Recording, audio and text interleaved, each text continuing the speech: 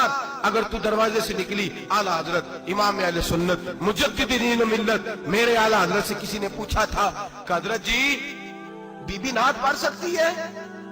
फतावा रज़विया की 14वीं जिल्द, बीबी मिलाद पढ़ सकती है? मिलाद। आला हजरत ने फरमाया अगर बीबी मिलाद पढ़ रही हो, नात पढ़ रही हो और उसकी आवाज गैर महरम के कानों तक जा रही हो, फरमाया उसे सवाब नहीं होगा, उसे हराम काम करने का गुनाह दिया जाएगा।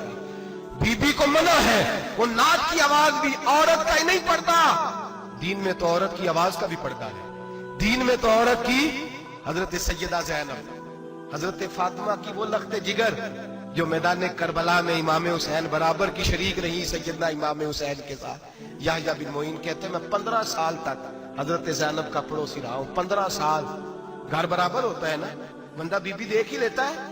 वो बीबी कभी पर्दा डाल के जा रही है दवाई लेने, कभी नजर आ ही जाती है।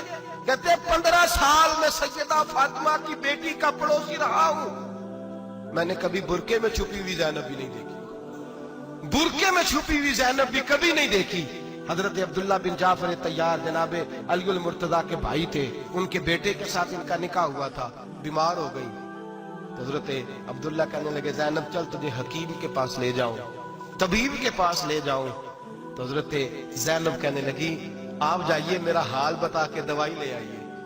तो हजरत अब्दुल्ला जाफर तैयार कहने लगे शरीयत में गुंजाइश है डॉक्टर के पास जाने, हकीम के पास जाने की गुंजाइश है, तू चलती क्यों नहीं? तो हजरत ज़ैनब कहने लगी शरीयत में गुंजाइश तो है, पर अब्दुल्ला मेरी मजबूरी ये है कि मैं फातिमा की बेटी हूं। शरीयत में गुंजाइश तो है पर मेरी मजबूरी ये है कि मैं हुसैन की बहन हूं। शरीयत में गुंजाइश है पर मैं हसन की बहन हूं। शरीयत में बड़ी गुंजाइश है पर लोग मुझे मोहम्मद अरबी की नवासी कहते हैं। गुंजाइश तो है पर मैं नहीं ना निकल सकती, इसलिए कि जितना कोई अपने आप को दीन के करीब जानता है उतना उसके पैरों में शरीयत की जंजीरें ज्यादा होती हैं। तो जनाब सैयदना अब्दुल्ला कहने लगे अगर तू पर्दा कर गई, अगर तू चली गई, तो फरमाने लगे ये तो अल्लाह की मशीयत है, तू दवाई ला दे ताकि मैं खा लूं, और अगर मैं चली गई तो मैं अपनी माँ से जाके कहूंगी कि अम्मा सारी तकलीफें मैंने छाती पे बर्दाश्त की हैं पर मैंने तेरे पर्दे पर आंच नहीं आने दी। मेरे भाई ये उसवा नूर है, ये उसवा हसना है, ये हमें सिखाया जा रहा है। मेरे हबीब करीम की बीवियों का ये हाल था, बीवियों का अपने घर के आंगन में हजरत आयशा सिद्दीका, हजरत सौदा जनाब हफ्सा अपने सेन में जब बैठती थी ना तो दीवार की तरफ मुंह करके बैठती थी, दीवार के साथ लग के दीवार की तरफ। बीबियां अपने घर के अंदर भी दीवार की जानिब मुंह करके बैठती थी। लोग पूछती, बीबियां पूछती कि अपने घर में भी दीवार को मुंह करने का मतलब? कहती हो सकता है कुछ छत पे चढ़े अचानक नजर पड़े, तो हम चाहती हैं फिर भी हमारा चेहरा नजर ना आए उसे, फिर भी हमारा चेहरा नजर। हम अपने घर के अंदर भी पाबंद रहती हैं कि हमारे चेहरे नजर ना आए।